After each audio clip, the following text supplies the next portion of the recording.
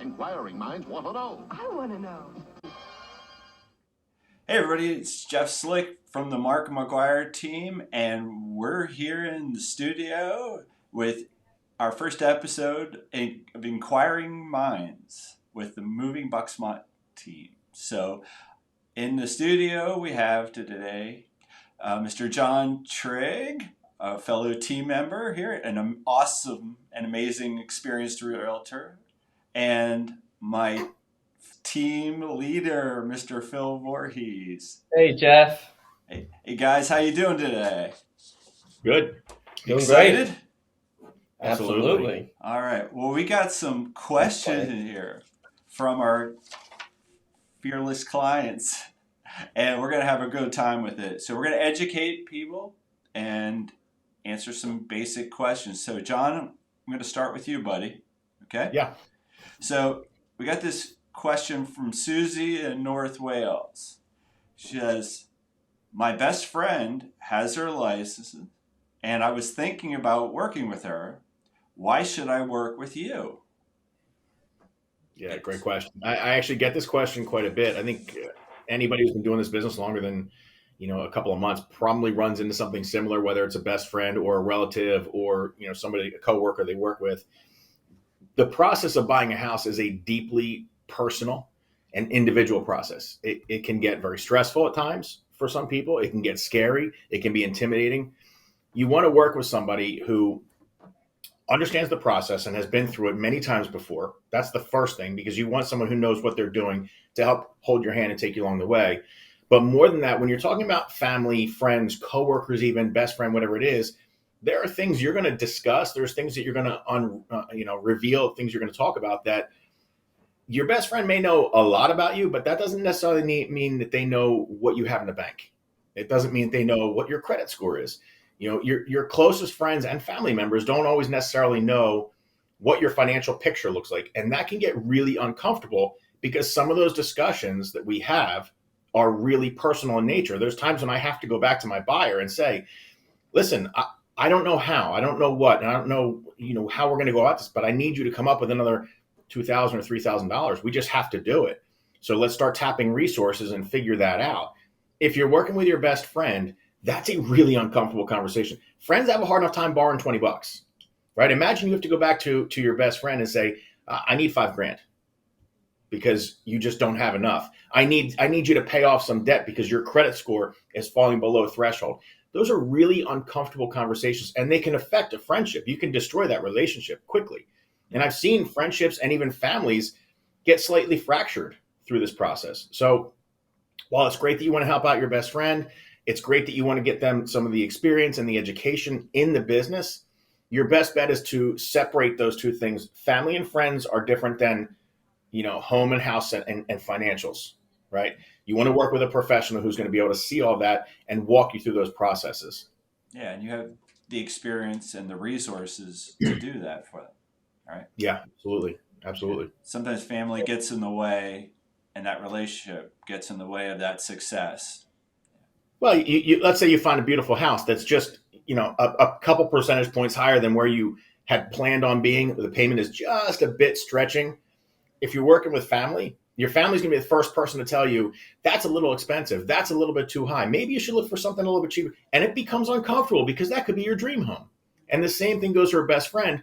Your best friend should be looking out for your best interests, but your best interests sometimes are served outside of that relationship. Like that. That's very good. Phil, anything to add to that? Why? I think the hardest part personally is the debt. I mean, John hit on that. Talking finances and what you owe and what you actually have in the account is one thing, but to talk about what you owe someone or multiple people, that's when it really, really gets a little bit hairy and people don't want to necessarily share that information. And if you're not sharing that information with your agent, how well is your agent going to be able to work for you if they don't fully understand your situation? Yeah, and you got to really be ready to disclose to your lender too, because it goes through the wash with the underwriter at the end of the day. So. At the end of the day, like you said, everything's going to come out. but you don't necessarily want your best friends or your family or your coworkers seeing any of your dirty laundry. We all like to be clean in front of them, right? Absolutely. That student loan debt or that car default, Yeah, all that stuff the comes credit out. card you didn't pay that came Bingo. after you for a judgment. I mean, those are embarrassing things. So Yeah. having someone who's completely separate from that relationship that's transactional is a big help. Because my goal when I represent somebody, my goal is to financially protect them. We're fiduciaries in the state of Pennsylvania. That's the law. That's not a hope. That's not a wish or a dream. That's the law. So I have to look out for their best interest. But it's easy for people to, if they're not directly related to me or not somebody I hang out with on the side or spend a lot of time with, it's very easy for them to open up and tell me what's going on. And I look at it from a business perspective. How do I fix this situation? How do I make this better? How can I move this in a way that best suits this person's best interests? Yeah, I love it. It's problem solving and objectivity at the same Yeah. time. Mhm. Yeah, love Absolutely. it. Love it. Now I'm going to jump over to Phil. So we got another question. So this is from Steve in Harleysville. Phil, will you be able to walk me through the home buying process? Oh my gosh, yeah. So I get this a lot, and majority with first-time home buyers. Today's market, or what they've been dealing with in the past 2 years, is already kind of scary enough to add in all the new guidelines, everything that changes with that. So I'm hearing buyers left and right not jump in because they're scared of the process, or they're not actually buying homes because they don't understand the process. It gets too stressful for they're going to actually jump in and jump out so fast because people aren't taking the time to educate. And that's something that we do here. Every agent on our team is so well at doing that and sitting them down and explaining the whole process. So we actually have a buyer consultation packet. You get to walk home with that. That will bring you from the point where we're sitting down today to the point where you're owning your house. And now we're talking about, hey, what contractors do you need to maybe update your kitchen or bathrooms, whatever you need. We have every person for that. But we're going to walk you through every step before you start it so that when you do start it, you understand it and you get to enjoy it. Because this shouldn't be the biggest and most scariest thing that you ever do in your life, but you hear that all the time. And it's because they don't understand the process. And when you understand something, you enjoy something. And that's what we're going to do for you. So we're going to educate you throughout the whole entire process, get you to understand each step. And then parts that you don't understand, we're not going to make you think or make you feel like you're an idiot. We're going to go even more in depth because each situation is very unique. And we're going to take that time to really educate you, show you, and have fun with you. I mean, this is a huge part of your life. So let's have fun with it. And first part comes to understanding it. It should be a fun process. Absolutely. Absolutely. Yeah. And Phil, I'm going to ask you to slide a little closer to John. There you go. There you go. Get you in frame a little bit better. And then, John, do you have anything to add on to that?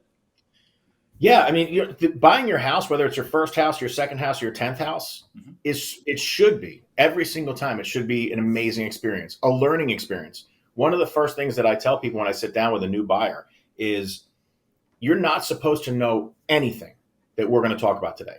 So I'm hoping you're coming from a position of humility and thinking, I don't know what I should know, but I'm going to learn it through the course of this process. So they start out on that even level. Nobody's supposed to know how to do this except for the experts.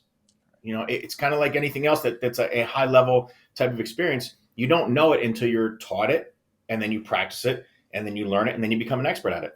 So the experience itself is supposed to be fun. It's supposed to be educational. It's supposed to be learning, and it should be something that you take with you forever. There was a statistic out a couple of years ago that the National Association of Realtors had. 79% of people that bought a house did not use the same realtor the second time they went to buy a house. Good stuff. What that tells me is that there's a lot of people out there that are not doing these steps in the beginning. They're basically opening doors and putting an offer out on paper. And our job is so much more in depth than that. We're not just people who open doors, right? A doorman does that at a hotel in the city. That's not what we do. We go a lot further. We're going to explain the process. So it is important that you work with somebody who's willing to educate you through the course of the process. And that's one of the things that we train on every single week without fail. Mm-hmm. we're absolutely not models. We're not there to go, here's the kitchen, Well, here's the let's be bedroom. fair. Technically, we are also models. Okay, all right, I'll go with that. But we are going to educate you along the way. You know, start with good foundation and work your way up, you know. Absolutely. Educate you along the way. And we do, as a team, do weekly education from every topic in real estate so that we're refreshed, constantly doing not continuing education formally, but as a team, what's really going on with the pulse of the market and what's going on with the latest rules and regulations that come out infrequently along the way. And so there's going to be changes. It changes every year. Yeah. There's a new change every year. And if people aren't being kept up with their education, they're not doing their continuing education. They're not learning the new, like this year on July 1st, we had a new appraisal process that kicked in. That changed the valuation on houses across the board, especially where we are. We have a lot of Cape Cod splits and buy levels. So if the agents aren't keeping up with their education, if they're not doing what they should do, we spent hours going over this stuff, hours learning it, studying it, figuring it out, and applying it. So we're better equipped to manage those things that come up. Those agents that are out there and those buyers that are working with those agents who don't know what these changes are in for a really rude awakening when it comes to the actual valuation on the house when they try to get that loan. Or on the other side, if they're trying to sell their house, they're going to get a nasty surprise when it comes to the appraisal on the house. Darn right. Yeah, absolutely. Unless it's cash, it's got to appraise. So, yeah, big deal. Yeah. Guys, thanks so much. Any parting words for today?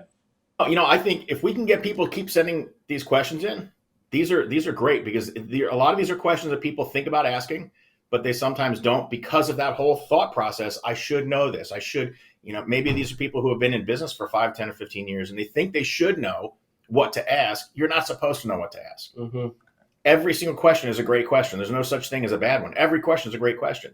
There's things that we're gonna help you with, and we're gonna generate more questions along the way. So if people are watching this, send us in the questions, whether you put them in the comments down below or you email us directly. We're gonna do this every week. That's a great point there. So instead of necessarily just waiting, because that's what we had last week with this to answer, give us a call. Call myself, call John, or call Jeff anytime. Shoot us a text. At the end of this, we'll always have our numbers and everything in here. But we don't have to wait until the next week to have these types of conversations. So call us, let's chat, and let's see what we can do for you. That's awesome. Great stuff, guys. Yeah, it's the best thing to do is always ask question. If we don't have the answer, guess what? We're going to go find it for you and get you to the end result, which is really important. Your happiness and your home buying goals. So thanks to Phil and to John for some great answers today. And thanks for joining us today. Oh, yeah. Thanks, guys. My pleasure. And thanks for joining us on Inquiring Minds with MovingBucksmont.com. For people with inquiring minds. Like me.